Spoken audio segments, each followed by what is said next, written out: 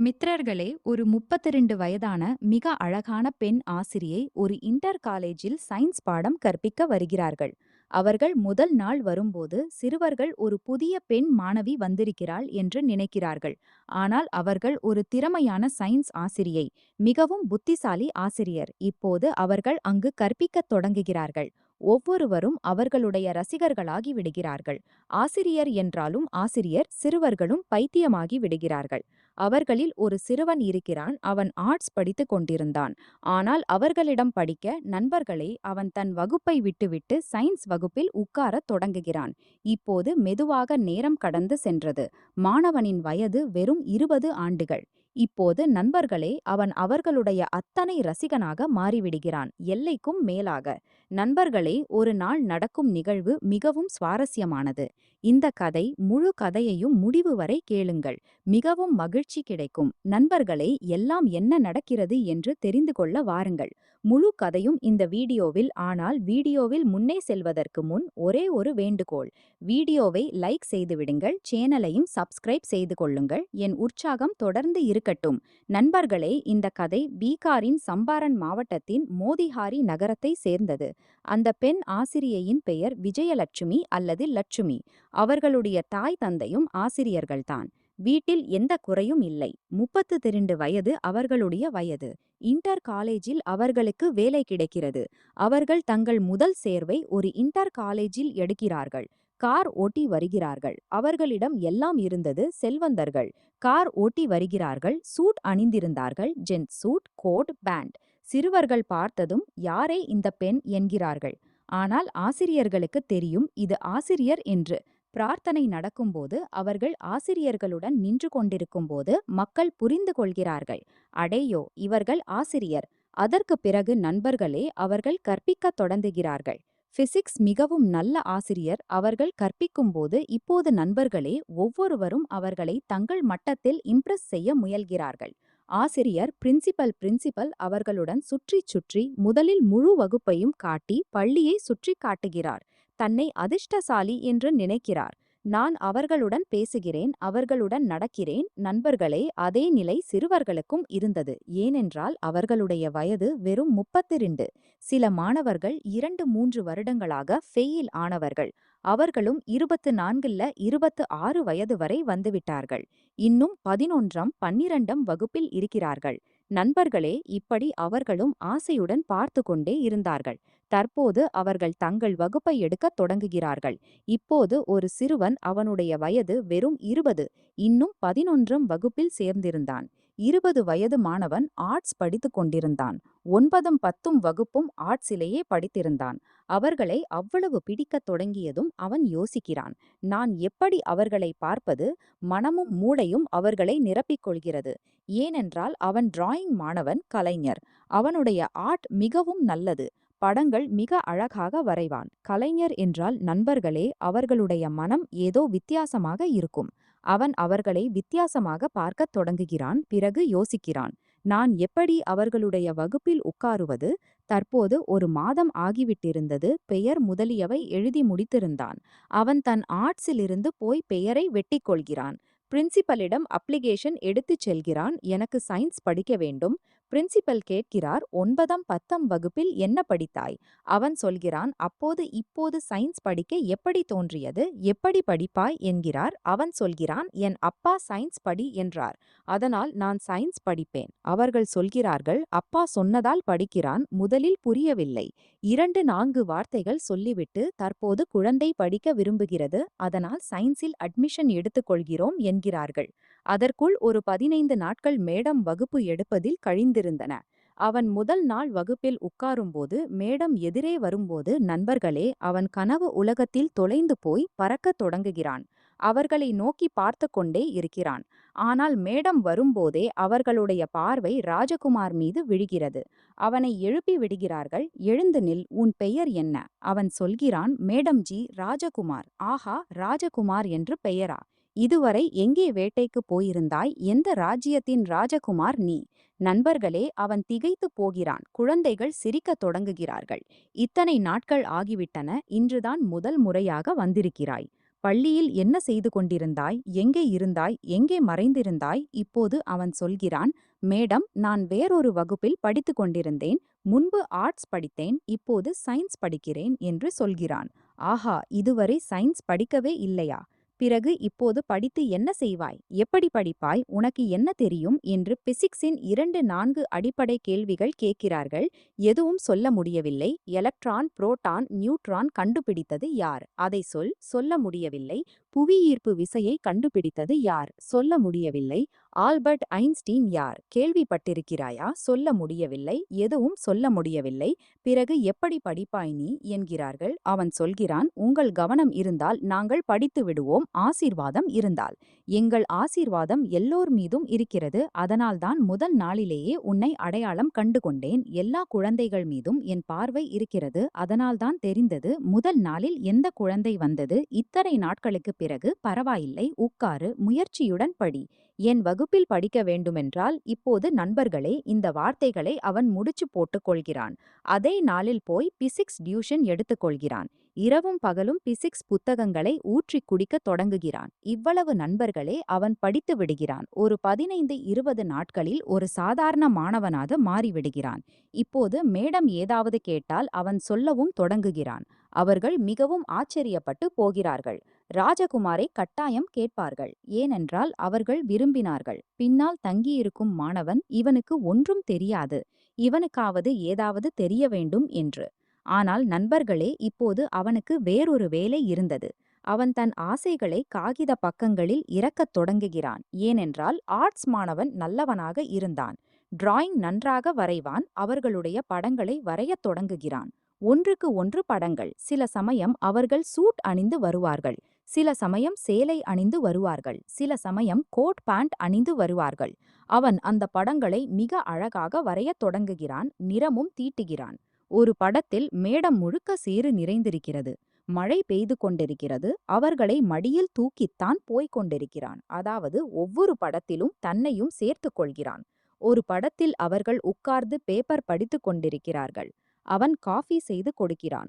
ஒரு படத்தில் அவர்கள் ஓய்வாக சோபாவில் உட்கார்ந்திருக்கிறார்கள். அவன் அடுப்பில் சமைத்துக் கொண்டிருக்கிறான். ஒரு படத்தில் அவன் கலப்பை ஓட்டிக் கொண்டிருக்கிறான்.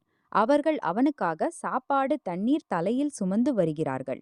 இப்படி அழகான அழகான படங்கள். ஒரு படத்தில் அவர்களை பேரி என்று வரைந்திருந்தான். ஒரு படத்தில் அரண்மனையின் ராணி என்று வரைந்திருந்தான். எங்காவது கம்பளமும் பூக்களும் மீது அவர்கள் படுத்திருக்கிறார்கள், பூக்களின் படுக்கையில். இப்படி பல படங்களை அவன் வரைந்துவிட்டான். ஒரு படத்தில் எல்லையை தாண்டிவிட்டான் நண்பர்களே. அவர்களையும் வரைந்திருந்தான். அவர்களுடைய 2 குழந்தைகளையும் வரைந்திருந்தான். அருகில் தன்னையும் சிறிது தூரத்தில் நிறுத்தியிருந்தான். இப்போது நண்பர்களே, 5-6 மாதங்கள் கடந்துவிட்டன. அவன் பல படங்களை வரைந்து தன் பையில் வைத்திருந்தான். அந்த ஆர்ட் நோட்டு புக். ஒரு நாள் முழு வகுப்பும் எழுந்து நின்றது, ராஜகுமாரை மட்டும் விட்டுவிட்டு. ஏனென்றால் மேடம் ஏதோ கேட்டார்கள். யாருக்கும் தெரியவில்லை. ஆனால் ராஜகுமாருக்கு தெரிந்தது.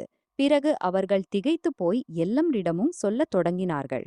ராஜகுமாரிடம் இருந்து ஏதாவது கற்றுக்கொள்ளுங்கள். உங்களுக்கு வெட்கப்பட வேண்டும். சயின்ஸ் மாணவர்கள் நீங்கள். இந்த ஏழை ஆர்ட்ஸை விட்டுவிட்டு சயின்ஸில் படிக்க வந்திருக்கிறான். பாருங்கள் எவ்வளவு முன்னேற்றம். இப்படிப்பட்ட ஈடுபாடு இருக்க வேண்டும் படிப்பில். பிறகு அவனுக்கு பாராட்டு கொடுக்கிறார்கள். அப்போது ஒரு மாணவன் சொல்கிறான், மேடம், இவன் உங்கள் பாடத்தை மட்டும்தான் படிக்கிறான், மற்றதெல்லாம் படிக்கவே இல்லை. உங்கள் பிசிக்ஸ் தவிர வேறு எதுவும் இவனுக்கு தெரியாது. மற்றதையும் கேளுங்கள். தினம் தினம் மற்ற ஆசிரியர்களிடம் கோபப்படுகிறான். இப்போது நண்பர்களே, அவர்கள் திகைத்து போகிறார்கள். இது என்ன பேச்சு என்று அவனை எழுப்பி பிசிக்ஸ், மேத்ஸ் எல்லாம் தெரிந்திருந்தாலும் மற்ற சில அடிப்படை கேள்விகள் கேட்கிறார்கள். மேத்ஸ், கெமிஸ்ட்ரி சொல்ல முடியவில்லை. நீ விசித்திரமானவன், பிசிக்ஸை மட்டும் படிக்கிறாய், ஏன் இப்படி செய்கிறாய் என்கிறார்கள். அவன் சொல்கிறான், நீங்கள் கோபப்படாதபடி. அவர்கள் சிரித்து விடுகிறார்கள். எனக்காக படிக்க வந்தாயா அல்லது உனக்காக படிக்க வந்தாயா? அடே, என்னிடம் நீ பாஸ் ஆகிவிடுவாய். மற்ற பாடங்களுக்கு என்ன ஆகும்? இது என்ன பேச்சு? பிறகு அவர்கள் சொல்கிறார்கள், படிக்க வேண்டுமென்றால் எல்லா பாடங்களையும் படி. அவர்களுக்கு புரியவே இல்லை, இவன் இப்படி ஏன் செய்கிறான் என்று. ஆனால் நண்பர்களே, அதற்கு பிறகு அவன் மற்ற பாடங்களிலும் கவனம் செலுத்துகிறான். அவ்வளவு கவனம் செலுத்துகிறான். ஃபைனல் தேர்வு நடக்கும்போது நண்பர்களே, முழு வகுப்பிலும் 3ஆம் இடம் பிடிக்கிறான். பிசிக்ஸில் அதிக மதிப்பெண் அவன்தான் வாங்கினான். அவர்கள் திகைத்துப் போகிறார்கள். தற்போது நண்பர்களே, பிறகு 12ஆம் வகுப்பில் பெயர் எழுதப்படுகிறது, ஃபாரம் நிரப்பப்படுகிறது. பிறகு 5-6 மாதங்கள் படிப்பு கடந்து விடுகிறது. ஆனால் அவனுடைய படம் வரையும் தொடர்ச்சி தொடர்ந்து நடந்தது. நூற்றுக்கணக்கான படங்கள். சிலவற்றில் நகைகளால் அவர்களை அலங்கரித்திருந்தான். கொலுசு கொலுசு மீன்கள் விரல்கள் அவர்கள் அணியாதவை எல்லாம் அவன் அணிவித்திருந்தான். மிக அழகாக வரைந்திருந்தான். ஒரு நாள், நண்பர்களே, ஏதோ நடக்கிறது. அவன் எங்காவது வெளியே போயிருந்தான் தண்ணீர் குடிக்க. அப்போது ஒரு சிறுவன் அவனுடைய ஆர்ட் நோட்டு புக்கை எடுத்து விடுகிறான். அவன் யாரிடமும் காட்டாமல் சொல்லாமல் தன் ஆசைகளை மறைத்து வைத்திருந்தான். இப்போது அந்த சிறுவன் அவனுடைய பையில் ஏதோ தேடிக் கொண்டிருந்தான். பேன் முதலியவை. அந்த ஆர்ட் நோட்டு புக் கையில் கிடைத்து விடுகிறது. பிறகு பார்க்கத் தொடங்குகிறான். எல்லா குழந்தைகளும், நண்பர்களே, இந்த விஷயம் லீக் ஆகிவிடுகிறது. அந்த நோட்டு புக் பிரின்சிபல் வரை சென்று விடுகிறது. பிரின்சிபல் பார்க்கிறார், திகைக்கிறார். மேடம் பார்க்கிறார்கள், அவர்களும் திகைக்கிறார்கள். அவர்களுடைய கண்கள் திறந்தபடியே இருந்தன. அடப்பாவி, இவ்வளவு பெரிய என் ரசிகன் ஒரு மாணவன், 2 வருட வயது வித்தியாசம். அவருக்கு வயது 22 ஆகப் போகிறது. இப்போது பிரின்சிபால் நண்பர்களே, ஏனென்றால் அவர் மேடத்தை இம்ப்ரெஸ் செய்ய விரும்பினார். இப்போது பிரின்சிபால் சாஹேபுக்கு வாய்ப்பு கிடைத்துவிட்டது. நண்பர்களே, ராஜ்குமாரை மிகவும் அடிக்கிறார், மிகவும் அடிக்கிறார். அதற்கு பிறகு சொல்கிறார், இன்றுக்கு பிறகு உன் முகத்தை காட்டாதே. வந்தால் உன் பெயரை நீக்கி விடுவேன். உன் இந்த என்ன ஹர்கத்? ஆனால் லட்சுமி மேடம் இருந்தபோது அவர்கள் பார்த்தவுடன் நண்பர்களே மிகவும் மகிழ்ச்சி அடைகிறார்கள். அதே சமயம் அவர்கள் மிகவும் வருத்தப்படுகிறார்கள். சொல்கிறார்கள், அரே, நல்லது, விட்டுவிடுங்கள் சார். இப்போது குழந்தை ஸ்டூடெண்ட், இயல்பான விஷயம். அப்போது அவர்கள் சொல்கிறார்கள், அரே, இது குழந்தை, இவன் இப்படி இப்படி படங்களை வரைந்து வைத்திருக்கிறான். ஒன்றில் உங்களை 2 குழந்தைகளுடன் கூட வரைந்து வைத்திருக்கிறான். தானும் சேர்ந்து நின்றுள்ளான். இவனை நீங்கள் குழந்தை என்று நினைக்கிறீர்களா? பள்ளியின் விதிதான் எல்லாவற்றிற்கும் மேலே. அதற்கு பிறகு அவர்கள் அவனிடம் சொல்கிறார்கள், இன்றுக்கு பிறகு முகத்தை காட்டாதே. நண்பர்களே, அவன் சென்று விடுகிறான், வீட்டிற்குச் செல்கிறான். இப்போது அவனுடைய நண்பர்களே, உலகம் கொள்ளையடிக்கப்பட்டது போல் அறையை மூடி மிகவும் அழுகிறான். எங்கும் முகத்தை காட்டக்கூடிய நிலையில் இல்லை. ஆனால் மேடம் அந்த படங்களை தன்னிடம் வைத்துக் கொள்கிறாள். வீட்டிற்குச் சென்றால் அவற்றை மீண்டும் மீண்டும் திருப்பி பார்க்கிறாள். நூற்றுக்கணக்கான முறை பார்க்கிறாள். அவளுடைய மனம் அந்த படங்களால் நிரம்பவில்லை.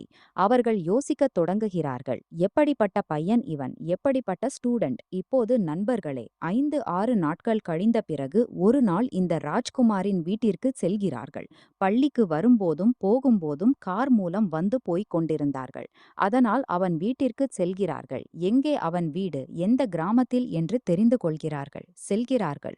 ராஜ்குமார் கிடைக்கவில்லை. தாய் தந்தை கிடைக்கிறார்கள். யோசிக்கிறார்கள், ஏதோ அதிகாரி இருக்கிறார். நாற்காலி கொண்டு வந்து உட்கார வைக்கிறார்கள். பிறகு அவர்கள் சொல்கிறார்கள், ராஜ்குமார் இருக்கிறாரா? அப்போது தாய் தந்தை சொல்கிறார்கள், இல்லை, அவன் எங்கோ சென்றிருக்கிறான். என்ன விஷயம்? அவர்கள் சொல்கிறார்கள், நான் அவனுடைய டீச்சர். இந்த மக்கள் சொல்கிறார்கள், பள்ளிக்கு ஏன் போகவில்லை? 5-6 நாட்களாக மிகவும் கவலையாக இருக்கிறோம். சொல்கிறார்கள், இல்லை, அப்படி எதுவும் இல்லை. ஆனால் ராஜ்குமாரிடம் சொல்லுங்கள், மாலையில் என்னை சந்தித்துக் கொள்ளட்டும், அமுக் சோலையில். அவர்கள் காட்டிக் கொடுக்கிறார்கள். அங்கேயே நின்று கொள்வார். நான் சந்தித்துக் கொள்வேன், பள்ளியிலிருந்து செல்லும் நேரத்தில். இப்போது அவன் தாய் தந்தை ராஜ்குமார் வரும்போது காட்டிக் கொட்டுகிறார்கள். நண்பர்களே, மாலை நேரத்தில் ராஜ்குமார் சென்று அங்கே நின்று கொள்கிறான். மேடம் அவனை பார்த்தவுடன் அவர்கள் யோசித்துக் கொண்டே போய்க் கொண்டிருந்தார்கள். தங்கள் காரை ஸ்லோவாக வைத்திருந்தார்கள். ஒரு கால் அவன் நின்று கொண்டிருப்பான் என்று சந்தித்துக் கொள்கிறார்கள். அவனை பார்த்து கார் நிறுத்தி விடுகிறார்கள். கண்ணாடி டவுன் செய்கிறார்கள். அவன் கண்களை தாழ்த்தி நின்று கொண்டிருந்தான். அவனை சில நேரம் ஒரே போல பார்த்து கொண்டிருந்தார்கள். அதற்கு பிறகு சொல்கிறார்கள், வா, காரில் ஏறிக்கொள். நண்பர்களே, தங்கள் பக்கத்து சீட்டில் உட்கார வைத்துக் கொள்கிறார்கள். அவனிடம் சொல்கிறார்கள். அவன் மிகவும் துக்கமாக இருந்தான். தன் கண்களை உயர்த்த முடியவில்லை. சொல்கிறார்கள், நீ மிகவும் அன்பானவன், மிகவும் நேர்மையானவன், மிகவும் அப்பாவி ஸ்டூடெண்ட். புரியவில்லை. உன்னுடன் என்ன புரிந்து கொண்டு பேச வேண்டும்? ஸ்டூடெண்ட் என்று புரிந்து கொண்டு பேசவா? தோழன் என்று புரிந்து கொண்டு பேசவா? அல்லது நீ என்னை என்னவென்று நினைக்கிறாயோ அதை புரிந்து கொண்டு பேசவா? ஏனென்றால் உன் படங்களை பார்த்து நான் புரிந்து கொண்டுத்தேன் நீ என்னை என்னவென்று நினைக்கிறாய் என்று. இந்த எல்லாம் எதற்கு தேவை? இப்படி ஏன் செய்து கொண்டிருந்தாய்? அவன் சொல்கிறான், மேடம், தவறு நடந்துவிட்டது. ஆனால் நான் படிக்க விரும்புகிறேன். சொல்கிறார்கள், அதனால்தான் உன்னை சந்திக்க அழைத்தேன். உன் படிப்பை விட்டுவிடாதே, படிப்பை தொடர்ந்து செய். நீ இவ்வளவு நல்ல ஸ்டூடண்ட் ஆகிவிட்டாய். பள்ளிக்கு வர முடியாவிட்டாலும் பிரின்சிபால் சாஹேப் உன்னை வெளியேற்றியிருக்கிறார். உன் என்ட்ரி கார்டு, பிரவேசப் பத்திரம், போர்ட் தேர்வின் அது நான் உன் வீட்டிற்கு அனுப்பிவிடுவேன். அதற்கு பிறகு அவர்கள் சொல்கிறார்கள், உண்மையில் நீ மிகவும் அன்பானவன், மிகவும் நேர்மையானவன். நான் அந்த படங்களை பார்த்ததிலிருந்து பார்த்து கொண்டே இருக்கிறேன். ஆனால் ஒரு விஷயம், நீ மூளையை சரியான இடத்தில் வைத்தாய். ஆர்ட்ஸை விட்டு சயின்ஸில் வந்தாய், மூளையையும் வைத்தாய். மிகவும் நல்ல ஸ்டூடண்ட் ஆகிவிட்டாய். ஆனால் நீ இதயத்தை தவறான இடத்தில் வைத்துவிட்டாய். ஏனென்றால் நான் புரிந்து கொள்ள முடிகிறது நீ என்னை எவ்வளவு விரும்புகிறாய் என்று. நான் அவ்வளவு அப்பாவியும் இல்லை. ஆனால் இல்லை, எனக்கு அப்படிப்பட்ட எந்த எண்ணமும் இல்லை. திருமணம் செய்யும் எண்ணமும் இல்லை. நீ தவறான இடத்தில் உன் இதயத்தை வைத்துவிட்டாய். ஆனால் இன்று வரை 32 வயது ஆகிவிட்டது. நான் யாரையும் கழுத்தில் கட்டிக்கொள்ளவில்லை. உன்னை கட்டிக்கொள்ள மனம் வருகிறது. அதற்கு பிறகு நண்பர்களே அவனை தன் கழுத்தில் கட்டிக்கொள்கிறார்கள். அவன் அழத் தொடங்குகிறான். அவர்களுடைய கண்களிலும் கண்ணீர் வருகிறது. அதற்கு பிறகு அவர்கள் சொல்கிறார்கள், சரி, ஒரு விஷயம் இன்னும் சொல்ல விரும்புகிறேன். நீ என்னை எவ்வளவு விரும்புகிறாயோ அது எனக்கு தெரிந்துவிட்டது. அவ்வளவு நீ யாரையாவது விரும்பிக்கொள். அதில் பாதி கூட விரும்பினால் அவளுடைய வாழ்க்கை தன்யமாகும். இப்போது நீ யாரையாவது விரும்பினால் இப்படித்தான் விரும்பு. அதற்கு பிறகு அவர்கள் சொல்கிறார்கள், சரி, இப்போது போ, முயற்சியுடன் படி. இந்த எல்லாவற்றையும் மறந்துவிடு. என்னை மறந்துவிடு. உன் அடுத்த தயாரிப்பை செய். நண்பர்களே அவன் அங்கிருந்து சென்று விடுகிறான். அவன் போவதை பார்த்து கொண்டிருந்தார்கள். அதற்கு பிறகு அவர்களும் சென்று விடுகிறார்கள். இந்த ஜீவன் ரெடியாகி படிப்பில் ஈடுபடுகிறான். ஃபைனல் பேப்பர், போர்ட் தேர்வு ஆனபோது நண்பர்களே முழு செக்ஷனில் ஆர்ட்ஸ் சயின்ஸ் சேர்ந்த எல்லாரிலும் அவன் டாப் செய்து விடுகிறான். அதிகமான மதிப்பெண் பிசிக்ஸில் 100ல் 100. அவன் பெயர் ஆனபோது எல்லாரும் சொல்கிறார்கள், அரே யாரே ராஜ்குமார். சில டீச்சர்கள் கிண்டல் செய்கிறார்கள். காதலில் இவ்வளவு சக்தி இருக்கிறதா என்று மேடத்திடம் சொல்கிறார்கள்.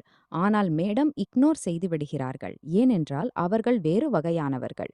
யாருடைய சிரிப்பு கேலியிலும் அவர்கள் பதில் சொல்ல மாட்டார்கள். அதற்கு பிறகு 3-4 நாட்கள் கழித்து தாங்களே ராஜ்குமாரின் வீட்டிற்குச் செல்கிறார்கள். மிட்டாய் கொண்டு சென்று அவனுக்கு வாழ்த்து தெரிவிக்கிறார்கள். ராஜ்குமார் பார்த்து மகிழ்ச்சியடைகிறான். ஓடிச் செல்கிறான். ஏதோ சாமான்கள் கொண்டு வருகிறான். தேநீர், காஃபி ஏற்பாடு செய்கிறான். அதற்கு பிறகு அவர்கள் சொல்கிறார்கள், மிக மிக வாழ்த்துகள். நீ இவ்வளவு அதிக மதிப்பெண் பெற்றிருக்கிறாய். இப்போது மேலே என்ன செய்வாய்? சொல்கிறான், என்ன செய்வது? நீங்களே காட்டிவிடுங்கள்.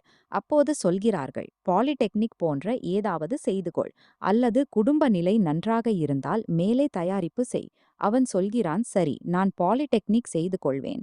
அதற்கு பிறகு நண்பர்களே அவர்கள் சொல்கிறார்கள், சரி, இப்போது என் எந்த படத்தையும் வரையவில்லை இல்லையா? ஆனால் நண்பர்களே அவன் மறக்கக்கூடியவனா? அவன் இதயத்திலிருந்து அவர்கள் வெளியேறக்கூடியவர்களா? இப்போதும் அவன் படங்களை வரைந்து வைத்திருந்தான். ஒரு நோட்டுபுக் கொண்டு வந்து அவர்களிடம் கொடுக்கிறான். பிறகு அவர்கள் பார்க்கிறார்கள். நண்பர்களே அவர்களுடைய கண்களில் கண்ணீர் வருகிறது. இப்போது வரைந்திருந்த படங்கள் எல்லாம் துக்கப் படங்கள். அந்த பிரின்சிபால் விஷயம், அந்த கார் விஷயம், நதிக்கரையில் அழுது கொண்டிருப்பது, இப்படிப்பட்ட எல்லா விஷயங்களும். அவர்கள் சொல்கிறார்கள், இல்லை, இப்படி வரையாதே. நீ முன்பு வரைந்தது போல் அப்படியே வரைந்து கொண்டே இரு. இப்படிப்பட்ட படங்களை வரையாதே. என்னை பொறுத்தவரை இப்போதைக்கு அப்படி இல்லை. ஆனால் உன் படங்களை பார்த்து எனக்கு மகிழ்ச்சி. நண்பர்களே அதற்கு பிறகு அவர்கள் சென்று விடுகிறார்கள். இப்போது நண்பர்களே அதற்கு பிறகு 2 வருட காலம் கழிந்துவிட்டது. மேடம் தன் கல்லூரியில் பாடம் நடத்தி கொண்டிருந்தார்கள். இவன் பாலிடெக்னிக் செய்யத் தொடங்கினான். இந்த 2 வருடங்களில் லட்சுமி மேடத்தின் தாய் தந்தை அவளுடைய வாழ்க்கையை நரகமாக்கிவிட்டார்கள். சொல்கிறார்கள், ஏன் திருமணம் செய்யவில்லை? என்ன விஷயம்? நீ இப்படியே இருப்பாயா? அவர்கள் நண்பர்களே ஒரு கல் இதயம் என்று சொல்லலாம். அப்படிப்பட்ட பெண். தன் தோழிகளிடமிருந்து சிலரின் அனுபவம் அவளுக்கு கிடைத்திருந்தது. அவர்கள் சொல்வார்கள், யாரே திருமணமான வாழ்க்கை மிகவும் குழப்பமானது. அதனால் அவர்கள் யோசித்தார்கள், தான் திருமணம் இல்லாமல் இருப்பாள், வாழ்க்கையில் முன்னேறிக் கொண்டே இருப்பாள், சமூக சேவை போன்றவை செய்வாள். ஆனால் தாய் தந்தையின் வயது முதுமைக்குச் சென்றபோது அவர்களும் டீச்சர்கள் ஓய்வு பெற்று விட்டார்கள். இவள் ஒரே மகள். அதனால் அவர்கள் யோசிக்கிறார்கள், என்ன ஆகும் நம் இந்த சொத்தின், இந்த எல்லாவற்றின்? இப்படி யோசித்துக் கொண்டிருக்கிறாள் என்று அவர்கள் பின்னால் விழுகிறார்கள். ஆனால் அவர்கள் ஒவ்வொரு சம்பந்தங்களையும் காட்டிக் கொண்டிருந்தார்கள். பலர் அவளுக்கு ப்ரப்போஸ் செய்தார்கள். ஆஃபர் கொடுத்தார்கள். அவளுடன் பேசினார்கள். திருமணம் செய்து கொள் என்று ஒவ்வொருவரும். ஆனால் அவர்கள் யாரிடமும் கவனம் செலுத்தவில்லை. அவளுடைய இதயத்தில் அப்படி எதுவும் இல்லை. சில சமயம் யோசித்தாலும் ராஜ்குமாரை பற்றி அவன் ஏன் இவ்வளவு என்னை விரும்பினான் என்று. நண்பர்களே, 2 வருடம் கழிந்தபோது ஒருநாள் அவர்கள் ராஜ்குமாரை சந்திக்க விரும்பினார்கள். இறுதியில் பாருங்கள், அவன் என்ன செய்து கொண்டிருக்கிறான். அவர்களுக்கு நம்பிக்கை அவன் மறந்துவிட்டிருப்பான். தீபாவளி காலம். அவர்களுக்கு தோன்றியது, தீபாவளியில் விடுமுறை இருந்தால் வந்திருப்பான். எங்கேயாவது இருந்தால் சந்திப்பு ஆகிவிடும். செல்கிறார்கள். நண்பர்களே, அவன் உண்மையிலேயே தீபாவளி விடுமுறையில் வந்திருந்தான். செல்கிறார்கள். தீபாவளிக்கு 1, 2 நாட்கள் மீதம் இருந்தன. சந்திக்கிறார்கள். அவர்களை பார்த்தவுடன் ராஜ்குமார் மகிழ்ச்சி அடைகிறான். மகிழ்ச்சிக்கு எல்லை இல்லை. நமஸ்தே செய்கிறான். சிரித்துக்கொண்டே சொல்கிறான், என்ன ஹால் ராஜ்குமார்ஜி? சொல்கிறான். மிகவும் நல்லது. நீங்கள் எப்படி இருக்கிறீர்கள்? சொல்கிறார்கள். சரி, நல்லது. என்ன செய்து கொண்டிருக்கிறாய்? பாலிடெக்னிக் செய்து கொண்டிருக்கிறேன். எப்படி நடக்கிறது? மிகவும் நன்றாக நடக்கிறது. மிகவும் நல்லது என்கிறார்கள். ஆம், நீ மிகவும் நல்ல ஸ்டூடண்ட் ஆகிவிட்டாய். நல்லதுதான் செய்வாய். எங்கே இருந்தாலும் உண்மையாகவே செய்வாய். படிப்பில் இப்போது குறைவு இல்லை உனக்கு. தேநீர் போன்றவை குடிக்கிறார்கள். அதற்கு பிறகு சொல்கிறார்கள், இப்போது என்னை மறந்துவிட்டிருப்பாய் அல்லது இப்போதும் ஏதாவது படம் வரைந்திருக்கிறாயா? நண்பர்களே, அவன் மறக்கக்கூடியவனா? அவன் வீட்டிற்குள் சென்று 2 ஆர்ட் நோட்டுபுக்குகளை, மிகவும் தடிமனானவை, நிரம்பியவை கொண்டு வந்து அவர்களிடம் கொடுக்கிறான். அதற்கு பிறகு அவர்கள் அதை திறக்க விரும்பும்போது சொல்கிறான், இங்கே திறக்க வேண்டாம். எடுத்துச் சென்று தனியாக பாருங்கள். பிறகு அவர்கள் தங்கள் வீட்டிற்கு வந்து பார்க்கும்போது, நண்பர்களே, அவர்களால் நம்பவே முடியவில்லை. அவர்கள் 15 நாட்களுக்கு முன்பு அணிந்திருந்த ஆடைகள், 1 மாதத்திற்கு முன்பு அணிந்திருந்த ஆடைகள், 6 மாதங்களுக்கு முன்பு அணிந்திருந்த சேலைகள். அது மட்டுமல்ல, அவள் புதிதாக வாங்கிய கார் வரை அனைத்தின் படங்களையும் அவன் வரைந்து வைத்திருந்தான். அவர்கள் யோசிக்கிறார்கள், 2 வருடங்களாக எந்த தொடர்பும் இல்லை, சந்திப்பும் இல்லை. பிறகு இவை அனைத்தையும் ராஜ்குமார் எப்படி பார்த்தான்? எப்போது பார்த்தான்? பிறகு அவர்கள் பார்க்கும்போது அவன் அப்படி வரைந்திருக்கிறான். கடிகாரம் இரவு 2 மணி காட்டும்படி ஒரு படுக்கையில் அவள் படுத்திருக்கிறாள். மற்றொரு படுக்கையில் அவன் அருகில் படுத்திருக்கிறான். ஆற்றில் மீன் பிடிக்கும் இருவரின் படம். இப்படி அவர்கள் பார்க்கும்போது மந்திரமுகப்பட்டு போகிறார்கள். முழுமையாக மயங்கி போகிறார்கள். பிறகு பார்க்கிறார்கள், அவளுடைய அத்தனை உடைகளிலும் அவன் வரைந்திருக்கிறான். அவள் இரவு முழுவதும் யோசித்துக் கொண்டே இருந்தாள். உறக்கமே வரவில்லை. அடுத்த நாள் காலையில் எழுந்தவுடன் அவள் ராஜ்குமாரின் வீட்டிற்குச் சென்றாள். ராஜ்குமார் வீட்டிலேயே இருந்தான். ஏதோ பேச விரும்பினாள். ஆனால் அம்மா அப்பா இருந்ததால் பேச முடியவில்லை. எனவே அவனை தன் காரில் உட்கார வைத்து ஒரு பூங்காவிற்கு அழைத்துச் சென்றாள். அங்கே பெஞ்சில் அமர்ந்து அவன் முன் பக்கங்களை திருப்பத் தொடங்கினாள். சொன்னாள், இதை பார், 2 வருடங்களாக நம்முடைய சந்திப்பு இல்லை, பேச்சு இல்லை. நீ என்னை பார்க்கவில்லை, நான் உன்னை பார்க்கவில்லை. பிறகு நான் 15 நாட்களுக்கு முன் அணிந்திருந்த இந்த சூட், 1 மாதத்திற்கு முன் அணிந்த இந்த சேலை, 6 மாதங்களுக்கு முந்தையது, 1 வருடத்திற்கு முந்தையது, 1½ வருடத்திற்கு முந்தையது. இந்த காரை நான் எப்போது வாங்கினேன்? உனக்கு இவை எல்லாம் எப்படி தெரியும்? அவன் சொன்னான், மேடம், என்னை மன்னியுங்கள். ஆனால் இந்த மூச்சு இருக்கும் வரை ஒரே ஒரு ஆசைதான், உங்களை பார்த்து கொண்டே இருக்க வேண்டும். உங்கள் தரிசனம் கிடைக்க வேண்டும். அதனால் என்னை மன்னியுங்கள். ஆனால் நான் 15 நாட்களுக்கு ஒரு முறை, 1 மாதத்திற்கு ஒரு முறை, 10 நாட்களுக்கு ஒரு முறை பட்னாவுக்கு வருவேன். அங்கே என் நண்பர்கள் பாலிடெக்னிக் படித்துக் கொண்டிருந்தார்கள். அங்கிருந்து சுமார் 4050 கிலோமீட்டர் தூரத்தில் என் வீடு. வீட்டிலிருந்து பட்னா.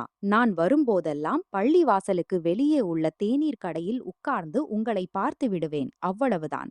அதிலிருந்து என் மனதிற்கு அமைதி கிடைத்துவிடும். பிறகு நான் சென்று விடுவேன். அவள் சொன்னாள், நீ என்ன பேசுகிறாய்? அவன் சொன்னான், ஆம் மேடம், என்னை மன்னியுங்கள். ஆனால் என்னால் என்னை தடுக்க முடியவில்லை. உங்களால் மறுக்கப்பட்டது, இவை எல்லாம் தவறு என்று எனக்கு தெரியும். ஆனால் நான் என்ன செய்வேன்? இந்த மூச்சு இருக்கும் வரை இப்படித்தான் தொடரும். இதற்காக எனக்கு எந்த தண்டனையை வேண்டுமானாலும் கொடுங்கள். நண்பர்களே, அவள் இவை அனைத்தையும் பார்த்து சொன்னாள், இந்த படத்தில் நீ ஒரு படுக்கையில் இருக்கிறாய், நான் மற்றொன்றில். நீ ஒரே படுக்கையில் வரைய முடியும் அல்லவா? இவ்வளவு விருப்பமா? அவன் சொன்னான், இல்லை. உங்கள் அனுமதி இல்லாமல் நான் உங்கள் அருகில் எப்படி செல்ல முடியும்? உங்களை வணங்க முடியும். உங்கள் அனுமதி இல்லாமல், ஆனால் உங்கள் அனுமதி இல்லாமல் உங்களுடன் இப்படி என் படத்தை எப்படி வரைய முடியும்? நண்பர்களே, அவள் அங்கேயே அழத் தொடங்கினாள். சொன்னாள், ராஜ்குமார், இன்று நீ என்னை வென்றுவிட்டாய். நீ இவ்வளவு அன்பானவன், இவ்வளவு நேர்மையானவன், இவ்வளவு அப்பாவியானவன். நீ வெற்றியாளன். இந்த உலகத்தில் நீ எதையும் வெல்ல முடியும். கல் நெஞ்சையும் உருக்கிவிட்டாய். நான் உன்னிடம் தோற்றுவிட்டேன். மேலே உள்ளவர் என்னை உனக்காகவே படைத்திருக்கலாம். நீயும் எனக்காகவே பிறந்திருக்கலாம் என்று தோன்றுகிறது. உண்மையில் நீ என் இதயத்தை வென்றுவிட்டாய். நீ காகிதத்தில் வரைந்ததை உண்மையில் பார்க்க விரும்புகிறாயா? நீ என்னை உன் மனைவியாக ஆக்க முடியுமா? நான் உன்னை நேசிக்கத் தொடங்கிவிட்டேன். பிறகு நண்பர்களே, அவள் அவனை தன் கழுத்தில் அணைத்து கொண்டாள். சொன்னாள், ஐ லவ் யூ ராஜ்குமார். இப்போது நண்பர்களே, அவன் அழத் தொடங்கினான். விம்மி விம்மி அழுதான். அவள் அவனை ஆறுதல் படுத்தினாள். நீ உலகிலேயே மிகவும் அன்பான மனிதன். நான் உன்னிடம் தோற்றுவிட்டேன். நீ என் இதயத்தை வென்றுவிட்டாய். நண்பர்களே, பிறகு அவள் அவனை அணைத்து கொண்டு சொன்னாள், ஆனால் அந்த படங்களில் நீ எனக்கு கொடுத்த மரியாதையை அப்படியே நீ என்னை நேசிப்பாயா? அவன் சொன்னான், மேடம், நான் பஜ்ரங்பலி அல்ல. என் மார்பை கிழித்து காட்ட முடியாது. ஆனால் நான் வாக்குறுதி அளிக்கிறேன். இதைவிட அதிகமாக என்னால் முடிந்த அனைத்தையும் செய்வேன். நண்பர்களே, அதன் பிறகு அங்கேயே அவளுடன் திருமணம் செய்ய முடிவு செய்தார்கள். 5-6 மாதங்களுக்குப் பிறகு அவர்கள் கோர்ட் மேரேஜ் செய்தார்கள். பிறகு மிகவும் எளிமையாக, எந்த ஆடம்பரமும் இல்லாமல் ராஜ்குமாருடன் குடும்பத்தினரின் முன்னிலையில் திருமணம் செய்தார்கள். நண்பர்களே, ராஜ்குமாரின் மகிழ்ச்சிக்கு எல்லை இல்லை. லட்சுமி மேடமும் அவனை அடைந்து மிகவும் மகிழ்ச்சியடைந்தாள். இன்று 2011 இன் இந்த கதை. திருமணத்திற்கு இன்று 7 வருடங்கள் ஆகிவிட்டன. மிக அழகாக வாழ்ந்து கொண்டிருக்கிறார்கள். அவன் அதேபோல் அவளுக்கு மரியாதை செலுத்துகிறான். நண்பர்களே, அவர்களுடைய வாழ்க்கையில் எந்த குறையும் இல்லை. இன்று அவர்களுக்கு ஒரு மகன் இருக்கிறான். அவன் பெயர் ராஜ்குமார். நண்பர்களே, அவர் பிடபிள்யூடி துறையில் ஜூனியர் இன்ஜினியர் பதவியில் அரசு வேலை செய்கிறார். லட்சுமி மேடம் இயற்பியல் விரிவுரையாளராக இருக்கிறார்கள். மிக மிக அழகாக வாழ்ந்து கொண்டிருக்கிறார்கள். நண்பர்களே, இதோ கதை. இதை காதல் என்று சொல்லுங்கள் அல்லது வழிபாடு என்று சொல்லுங்கள். இப்போதைக்கு லட்சுமி மேடம் மற்றும் ராஜ்குமாரின் இந்த கதை உங்களுக்கு எப்படி இருந்தது? கதை எப்படி இருந்தது என்று கமெண்டில் தெரிவியுங்கள். உங்கள் கமெண்டிற்காக காத்திருக்கிறேன். இது போன்ற கதைகளுக்கு இந்த சேனலை சப்ஸ்கிரைப் செய்யுங்கள். வீடியோவை இன்னும் லைக் செய்யவில்லை என்றால் லைக் செய்துவிடுங்கள். மீண்டும் சந்திப்போம் அடுத்த